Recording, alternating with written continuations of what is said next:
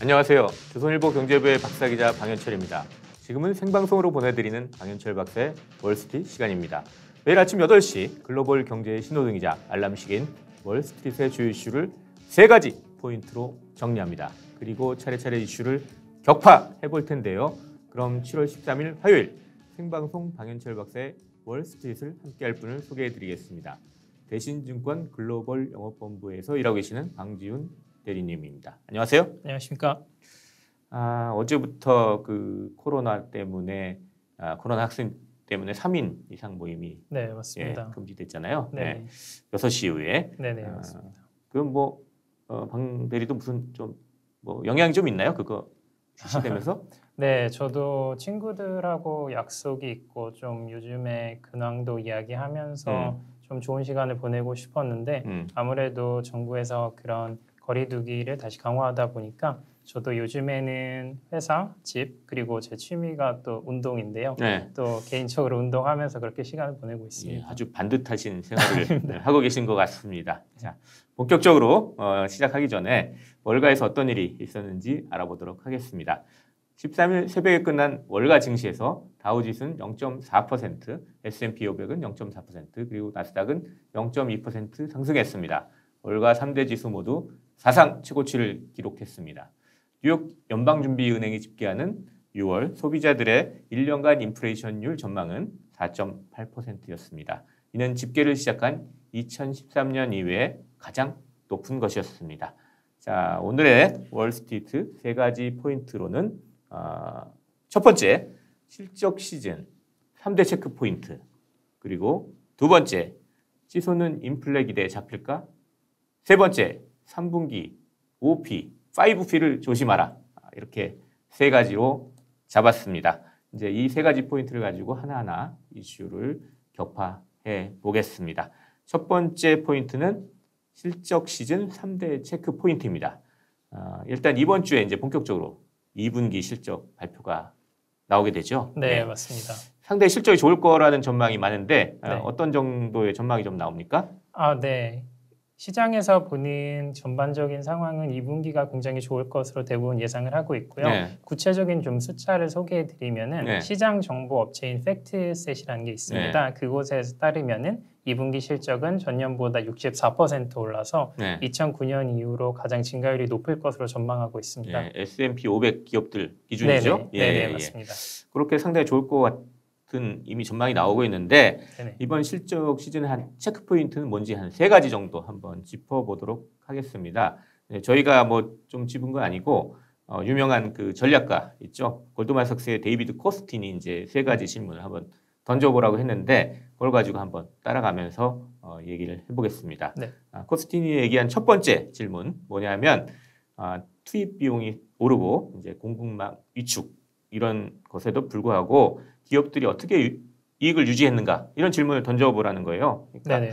사실 지금 계속 나왔잖아요. 글로벌 물류가 상당히 힘들고 공급망의 병목 현상이 일어나고 또 이 노동 공급이 잘 안 되고 또 반도체도 잘 없고 이런 일들이 계속 벌어졌는데 그럼에도 불구하고 실적이 상당히 좋게 나온다는 전망이 나오니까 왜 그런지 도대체 기업마다 어떤 게 있는지 좀 들여다 보자 이런 얘기예요. 네, 맞습니다. 지난 분기에는 약간 그 인플레 우려들을 상당히 기업들이 얘기를 많이 했죠. 네, 맞습니다. 제가 한 가지 소개해드린 재미있는 리포트가 있는데요. 그 HSBC 멀티에셋 팀에서 데이터 사이언스 리포트를 정기적으로 발간을 합니다. 여기서 리포트의 주요 요점은 뭐냐면은 1분기 지난 분기였죠. 지난 분기에 미국 기업들의 어닝 콜에서 인플레이션이라는 단어가 얼마나 언급이 되었나 이거를 한번 분석을 해봤는데요. 인플레이션이라는 직접적인 단어뿐만 아니라 물가 상승, rising price, 비용 증가, cost going up, 임금 증가, 웨이지 프레셔를 같이 모아서 분석을 해보니 상당히 전 분기 아니면 전년 대비해서 상당히 높은 폭을 보였다고 합니다. 그러니까 그게 1분기의 그 상황인데 2분기에도 그런 비용 상승, 이런 인플레이션 이런 우려들을 기업들이 이제 컨퍼런스 콜을 하잖아요. 이제 그 투자자들 대상으로 이제 실적을 발표하면서 이제 그 얘기를 이제 어떤 질의응답도 받는 그런 걸 하는데 그런 데서 그런 얘기들이 나오는지 이것도 한번 체크를 좀 해봐야 할 것 같습니다. 일단 뭐 평균적으로는 다 증가할 것 같지만 이제 개별 기업으로 보면 또 실적이 좀 다를 수 있잖아요. 네, 맞습니다. 그 비용 상승에 영향을 받아 사실 실적이 안 좋은 데도 있을 수 있거든요. 그런 걸 좀 봐야 될 것 같습니다. 일단 그 업종별로 한번 그 팩트셋이 좀 집계한 그 2분기 실적 전망 얼마나 나올지 그걸 한번 좀 한번 살펴보도록 하죠. 네, 팩트셋에 따르면은 S&P의 다양한 업종군이 있는데요. 업종별로 산업재가 2분기에 이익이 350%나 증가할 것으로 전망이 되고요. 다음으로는 재량 소비재가 208%, 금융이 120%, 소재가 118%, 그리고 전체 평균이 64%인데 이것보다 높은 산업들을 말씀드렸고요. 그리고 기술주는 31%, 내구 소비재는 8% 등입니다. 다만 전기나 가스 등 유틸리티 같은 업종은 마이너스 0.1%로 줄어들 것으로 전망하고 있습니다. 그런 전망들이 쭉 나오고 업종별로도 좀 다르고요. 그 영향 아까 말씀드린 여러 가지 영향들이 어떻게 또 업종별로 다른 영향을 미칠 것이고 또 기업별로도 좀 다른 영향을 미칠 것이니까 그걸 좀 찾아보도록 살펴보도록 하면 되겠습니다. 이게 첫 번째 이제 코스틴이 얘기한 이제 포인트고요, 체크 포인트고 두 번째는 기업들이 현금 지출의 우선순위를 정하는 방법을 좀 보라고 했어요. 그 실적 발표할 때 아무래도 이제 많이 벌면 이제 현금이 쌀 거 아니에요. 그걸 또 어디다 쓸지 이걸 좀 체크하라는 얘기인데 뭐 어떤 얘기들이 있을 것 같아요? 네, 기업들이 현금을 쌓아 놓으면은 보통 크게 두 가지로 그 현금을 사용할 수가 있다고 분석을 할 수가 있겠는데요. 첫 번째는 현금을 주주 환원의 정책으로 배당금의 형식으로 준다든지 자사주 매입을 할 수도 있겠죠. 네, 맞습니다. 그리고 두 번째로는 그 현금을 가지고 새로운 신사업이나 미래 먹거리 발굴로 인해서 정말 투자에 쓰이는지 이런 것들을 체크해 볼 필요가 있습니다. 그런 걸 또 두 번째로 한번 체크를 해보라는 거고요. 코스틴이 얘기한 세 번째는 이제 정책 불확실성, 이게 기업 이익 전망에 좀 미치는 영향을 좀 따져보라고 했거든요. 그러니까 특히 이 사람이 든 건 세금 불확실성이에요. 지금 약간 바이든의 증세 얘기가 조금 잠잠해 있긴 하지만 아직 그 물밑에서 끝난 게 아니거든요. 그러니까 그런 세금 관련된 이슈들이 기업의 이익 전망에 어떤 영향을 미치는지 그 코멘트로도 나올 것이고 질문을 하면 또 답이 나올 테니까 그런 것들을 좀 살펴보라고 했습니다. 이 코스틴 앞서서 이제 바이든의 증세 방안이 모두 다 실현되면 S&P 500 기업들의 주당 순이익이 5% 떨어질 것이다 이렇게 전망한 적이 있었어요. 네네 맞습니다. 아마 바이든의 증세를 보면은 기업의 최대 세율을 21%에서 28%로 올리는 방안을 제시를 했는데요. 현실적으로 그게 정말로 현실적으로 가능할지는 앞으로 좀 지켜봐야 되겠지만 그래도 불확실성에는 확실한 것 같습니다. 이렇게 해서 이제 실적 시즌에 체크해봐야 될 세 가지 이제 포인트에 대해서 알아봤습니다. 다음은 이제 두 번째 포인트로 한번 넘어가 보도록 하겠습니다. 두 번째는 치솟는 인플레 기대 잡힐까 이건데요. 일단 오늘 나온 좀 소식을 좀 보면요. 아까 좀 앞에서도 좀 얘기를 했었는데 뉴욕 연방준비은행이 매달 이제 그 소비자들의 기대에 대한 설문을 이제 조사를 해가지고 발표를 합니다. 이 발표가 이번에 나왔는데 6월 이제 수치가 나왔는데 앞으로 이제 12개월 한 1년 동안의 인플레이션 전망은 어떻게 했느냐 뭐 이거에 대해서 조사를 해봤더니 중간값이 4.8% 이렇게 하는데 이게 자료 집계를 시작한 2013년 이후에 가장 높은 걸로 나왔습니다. 네, 맞습니다. 이게 소비자 인플레이션 기대가 사실은 좀 1월 3%, 2월 3.1% 이런 정도로 이렇게 좀 완만하게 좀 상승하다가 4월부터 이제 갑자기 좀 3.4%, 5월에 4% 이렇게 뛰었다가 이번 6월에 4.8%까지 이렇게 뛰었어요. 그러니까 이게 급등하고 있는데 이런 인플레 기대가 이게 사실 그냥 그 우리가 좀 본 숫자, 그러니까 소비자 물가 상승률 이것도 이제 오르고 있으니까 사실 기대도 많이 뛰고 있는데 그냥 그 소비자 물가보다 이 기대가 좀 또 오르는 게 앞으로 좀 뭔가 이 물가 관리를 하는데 상당히 중요한 포인트가 될 수 있기 때문에 좀 지켜봐야 할 것 같습니다. 그 설문조사 결과 좀 상세한 부분도 좀 보셨죠? 네네, 맞습니다. 상당히 집값이나 뭐 이런 게 걱정이 네. 많다고 그러던데 어떤 내용들이 있었습니까? 네, 좀 세부적인 사항을 좀 말씀드리면요. 예. 향후에 1년간 주택 가격은 6.2% 상승을 예상한다고 그렇게 네. 소비자들이 대답을 했고요. 네. 이는 전월 대비 같은 수준이긴 합니다. 네. 그리고 대학 등록금 같은 경우에는 7% 상승, 그리고 의료 비용, 월세는 각각 9.4%, 9.7% 상승을 예상한다고 했습니다. 다만 한 가지 음식이나 가솔린, 휘발유죠. 휘발유는 7.1% 상승, 9.2% 상승을 예상한다고 했는데요. 이는 5월 달에 대비해서는 소폭 낮아진 모습을 보였습니다. 그러니까 좀 장기적으로 가는 뭐 집값이나 뭐 그 등록금 뭐 이런 네네네. 거에 대한 그 미국 소비자들의 인플레 걱정이 좀 큰 것 같아요. 예. 네네네. 사실 제롬 파월 의장이 뭐 이런 얘기를 한 적이 있거든요. 미 연준 의장이. 그러니까 연준의 두 가지 책무인 물가 안정하고 완전 고용을 달성하기 위해선 인플레 기대를 잡는 게 열쇠다, 키다 이렇게 얘기했거든요. 왜냐하면 이게 인플레 기대를 못 잡으면 임금 상승, 결국 임금 상승으로 이어지고 임금 상승은 한번 오르면 내려가지 않잖아요. 그러니까 맞습니다. 장기적인 인플레로 이어지기 때문에 이 기대를 잡는 게 되게 중요하다. 이렇게 얘기를 하고 있어요. 네. 네, 임금 상승을 말씀하셔서 네. 이번에 발표된 소비자 기대 조사 결과에서 임금 상승에 관련된 그 문항도 있었습니다. 소비자 기대 이번 조사에서는 임금 상승을 2.6% 전월 대비 상승을 한다고 했는데요. 이거는 전월 대비했을 때 0.1% 상승한 수치입니다. 그리고 앞으로 실업률이 1년 후에 지금보다 더 높을 가능성이 있느냐 이런 거에 확률을 물어보니 그럴 가능은 30.7%라고 하는데요. 이는 역대 최저치라고 합니다. 고용은 괜찮을 거다 이렇게 생각하는군요. 네네, 그러니까. 맞습니다. 네네. 근데 그 임금 자체 그 상승률은 코로나 팬데믹 그 시작한 이후에 2020년 3월 이후에 가장 높은 거라고 그러더라고요. 그러니까 네네, 맞습니다. 임금이 상승할 거라는 뭐 생각은 상당히 높아져 있는 것 같아요. 네네.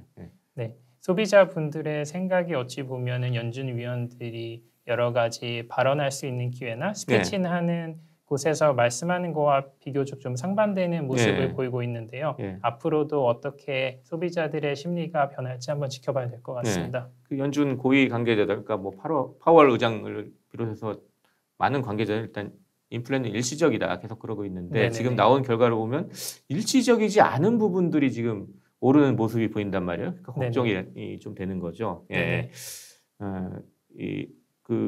어제 12일 날 그 존 윌리엄스 뉴욕 연방은행 총재가 또 컨퍼런스에서 뭐 좀 여러 가지 얘기를 좀 했는데요. 이분은 사실 그 뉴욕 연방은행 총재라고 해서 그 지역 연방은행 총재 중에 한 명이라고 생각하기 쉬운데 그렇지는 않고 이분이 가장 파워풀한 분이죠. 이 지역 연방은행 총재 중에서는. 그러니까 매번 그 FOMC 회의에서 의결권을 매년 갖는 분이잖아요. 다른 분들께 돌아가면서 갖는데 그래서 상당히 파워풀한 분인데 이분이 얘기를 하기를 이제 약간 인플레이션 기대 관련된 얘기만 뽑아가지고 하나 말씀을 드리면 이 연준이 지금 인플레이션 목표제를 조금 바꿨잖아요. 약간 수정을 했는데 작년 8월에 수정한 건데 그러니까 평균 2%만 되면 된다. 평균으로. 그러니까 기존에 좀 낮았으면 앞으로 좀 2%보다 높더라도 한동안은 그냥 놔두겠다. 뭐 이게 이제 기본적인 이제 평균 2% 목표제의 이제 골반인데 이렇게 했더니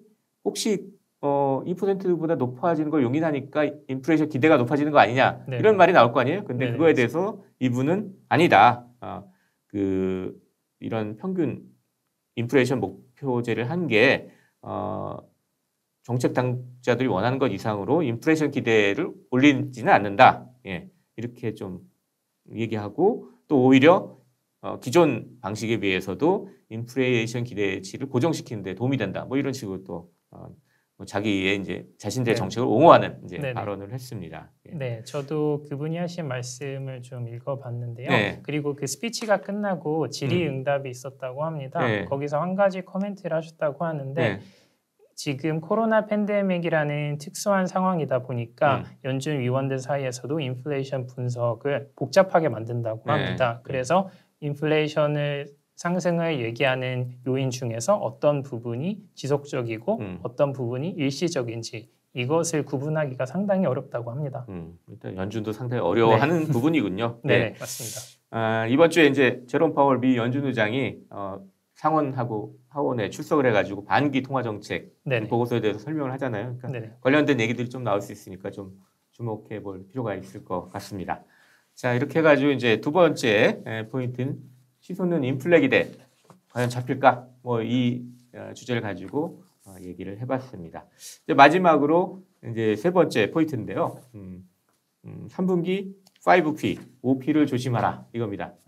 일단 이게 어떤 얘기냐면 이제 뱅크 오브 아메리카가 이제 3분기에 좀 주가가 주춤할 것이다. 왜냐하면 기술주가 좀 떨어질 것이다 이러면서 한 4,000선 밑으로 떨어질 거다. 그러니까 한 8% 떨어질 거다라고 전망을 하면서 이 5가지 P를 5가지 P로 시작되는 것을 좀 조심해라. 뭐 이런 보고서를 냈어요. 그래가지고 이게 잘 정리가 돼서 이걸 한번 들고 나왔습니다. 근데 약간 좀 생각하셔야 될 건 뱅크 오브 아메리카는 연말 그 S&P 500 전망을 3,800까지 봐요. 그러니까 지금보다 상당히 떨어질 것으로 보는 약간 비관적인 그룹입니다. 이분들이 비관적으로 보고 있다는 거를 좀 깔고선 이 얘기를 좀 들으셨으면 합니다. 첫 번째 P는 팬데믹입니다. 팬데믹은 최근 뭐 다들 생각하고 있죠. 델타 변이 바이러스가 지금 전 세계 글로벌하게 퍼지고 또 미국에서도 퍼지고 있으면서 맞습니다. 이게 올해하고 내년에 성장 전망하고 기업 이익 전망을 낮추지 않겠냐 이런 이제 의문을 제기하는 겁니다. 맞습니다. 최근 한국에서도 확진자 분들이 많이 나오고 있는데요. 이 중에서도 델타 변이 바이러스가 아무래도 확산세가 너무 심하다 보니까 미국 같은 경우에는 확진자의 절반이 델타 변이 바이러스라고 합니다. 그리고 영국에서는 확진 사례 대부분이 이 델타 변이라고 하고요. 그리고 델타 변이는 그래도 다행스럽게도 그렇게 치사율이 높다고는 하지 않습니다. 치명률은 좀 낮은 것 같아요. 맞습니다. 그래서 미국 주가를 보시면은 미국 증시를 보시면은 지난주에 델타 변이 바이러스에 대한 우려가 확산되면서 어느 정도 약세를 보이다가 이번 주에 들어서 다시 반등하는 모습을 보였는데요. 아무래도 사람들이나 시장에서 보는 관점은 델타 변이 바이러스가 그렇게 크게 작년 우리가 봤던 코로나가 처음 시작됐을 때와 같이 그렇게 큰 폭락세를 보이진 않을 것 같다. 이런 추세인 것 같습니다. 일단 그렇고 두 번째 P는 프라이스입니다. 프라이스는 처음에 저는 이제 물가 상승 뭐 이걸 우려하는지 알았더니 그건 아니고요. 오히려 이제 자산 가격이 너무 올렸다는 얘기예요. 그러니까 S&P의 주가 수익 비율이 닷컴 버블 수준까지 올라 있고 원자재 주택 가격 이것도 역사상 최고치로 올라 있다는 거. 그리고 심지어 이제 투자 등급 이한 정크 본드 가격도 상당히 올라가지고 이게 오히려 그 물가 상승률보다 더 낮은 수준을 보였다는 거예요. 어쨌거나 여러 가지 자산 가격들이 상당히 오르고 있다. 이게 또 두 번째에 조심해야 될 포인트입니다. 라고 이제 뱅크 오브 아메리카가 얘기했어요. 근데 방들이 조금 다른 관점이 있다고 아까 말씀하셨는데 저한테. 프라이스를 보시면은 작년 시장 상황을 봤을 때 아무래도 위험자산군이라고 할 수 있는 모든 자산의 가격이 급등하면서 모두 같은 방향으로 우상향하는 모습을 보였습니다. 모두 다 아시겠지만 이게 처음 사이클이 시작하는 최초 단계라고 할 수가 있는데요. 모든 시장 참여자들이 지금 시장의 폭락세는 지금 현실과 대비했을 때 너무 과도한 매도세다. 그래서 모든 시장 참여자들이 이때를 사야 될 시점이다. 그러면서 모든 위험자산 가격이 급등하는 모습을 보였는데요. 다만 올해 들어서는 위험자산군 속에서도 좀 수익률이 좀 상반되는 모습을 보였습니다.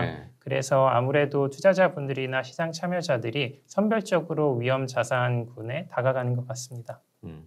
조금 좀 다른 모습을 보일 수 있다 이거죠. 일부는 오를 수 있지만 일부는 또 떨어질 수 있고. 맞습니다.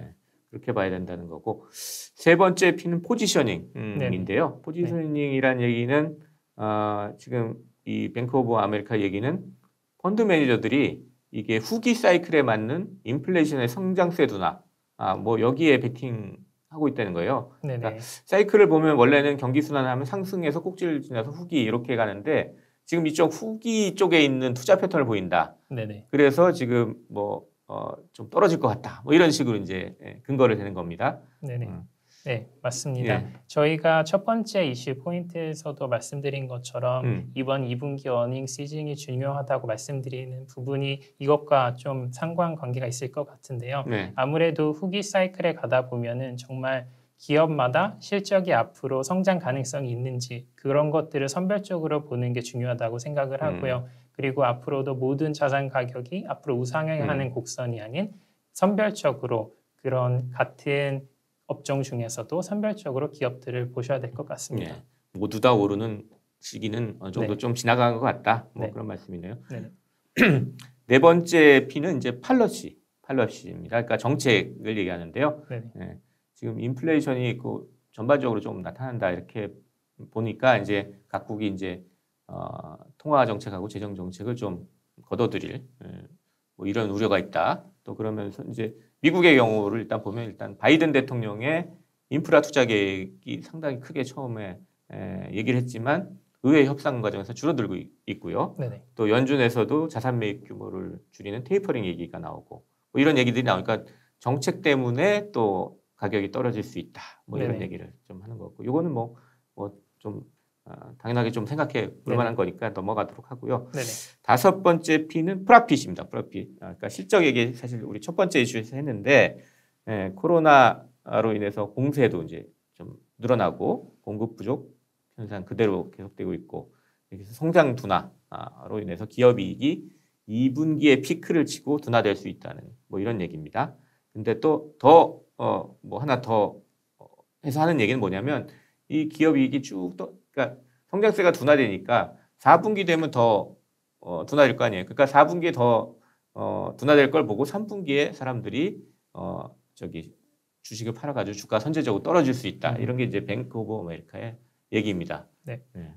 뭐 어느 정도 가능성은 있어 보이는 얘기죠, 그러니까. 네네. 아까 말씀하신 것처럼 다소 뱅크 오브 아메리카가 비관적인 전망을 보여주고 있긴 하지만 방금 저희가 말씀드린 5P를 통해서 앞으로 투자자분들께서 한 가지씩 체크 포인트로 삼으시면 좋을 것 같습니다. 네, 이거 그러니까 점검할 포인트로 삼으면 상당히 그러니까 정리가 잘 된 것 같습니다. 예. 자, 이렇게 해가지고 쭉 그 세 번째 이슈까지 한번 방대리와 함께 이슈를 한번 격파해봤습니다. 자, 이제 월스트리트의 세 가지 포인트를 한 줄 평으로 요약을 해보겠습니다.